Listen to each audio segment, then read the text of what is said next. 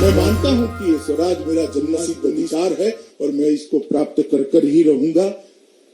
ये वाक्य देश की आजादी के इतिहास जब तक रहेगा तब तक स्वर्णिम अक्षरों से लोकमान्य के साथ जुड़ा रहेगा। और स्वतंत्रता के इतिहास में ये वाक्य ने ही बहुत बड़ा बदलाव लाया। कुछ आधा अधूरा न चाहिए, हमें संपूर्ण स्वराज चाहिए। आत्मविश्वास के साथ कार्यक्रमों के आधार पर बोला गया वाक्य भारतीय जनमानस में चेतना डालने वाला वाक्य निकला और उसने कांग्रेस के आंदोलन को लोक आंदोलन में परिवर्तित करने का काम किया। तिलक जी के व्यक्तित्व को देखते हैं तो क्रांतिकारी विचारों के उद्गाता थे, एक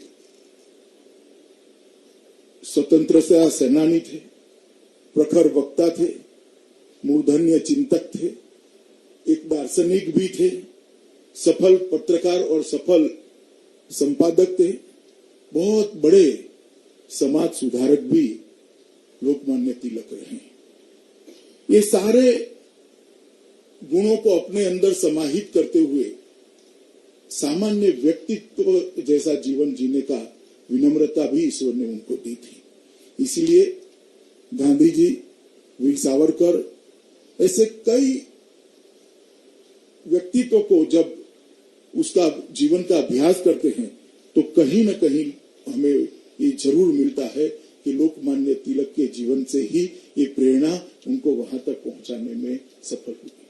ढेर सारे क्रांतिकारियों को श्यामजी कृष्ण वर्मा के साथ जोड़ना, कांग्रेस के आजादी के आंदोलन को एक सार्थक दिशा देना, ये सारे काम बहुत साहजिकता से लोगों के बीच में रहते रहते उन्होंने करे। बहुत बड़ा जीवन का कालखंड भी, जेल में गया तो भी उनका कर्तृत्व की गति इतनी तेज और द्रुत गति थी कि उनको काम करने से अंग्रेज नहीं रोक पाए। एक और तो वो स्वाधीनता संग्राम का नेतृत्व करते थे, दूसरी ओर गौ हत्या पर प्रतिबंध के आंदोलन को भी चलाते थे। एक और एक सामाजिक उद्देश्य लेकर विवाह की स्त्रियों की उम्र बढ़ाई जाए इसके लिए जन जागृति फैलाते थे, दूसरी ओर केसरी और मराठी का संपादन कर राष्ट्र भावना को जागरूक करने का काम करते थे। एक और बंग भंग का महाराष्ट्र के आंदोलन का नेतृत्व करते थे, तो दूसरी ओर शिव जयंती और गणपति उत्सव, ये दोनों को उन्होंने लोक आंदोलन में कैसे परिवर्तित किया जा सकता है इसका भी लोगों के सामने उदाहरण रखा और वहीं से भारत की आजादी के आंदोलन की दिशा और दशा दोनों बदल गई। ये दोनों उत्सवों को उन्होंने लोक उत्सव में परिवर्तित किया। शिवाजी महाराज के स्वराज के संस्कार को, स्वराज के विचार को कुछ बोले बगैर लोगों में पहुंचाने का काम किया और 200 साल बाद भी वो विचार कितना प्रासंगिक है इसके बारे में लोगों को करा। एक और केसरी के अंदर ढेर सारे अपनी कलम से लिखे हुए लेखों से उनकी विद्वता झलकती थी, राजनीतिक उद्देश्य भी स्पष्ट होता था और देश को आगे जाने का रास्ता प्रशस्त होता था।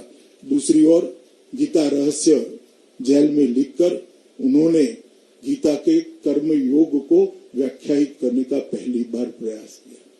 आदि शंकर ने गीता के संन्यास भाव को लोगों के सामने प्रमुखता से रखा था और गीता संन्यास भाव के लिए ही व्याख्यायित थी।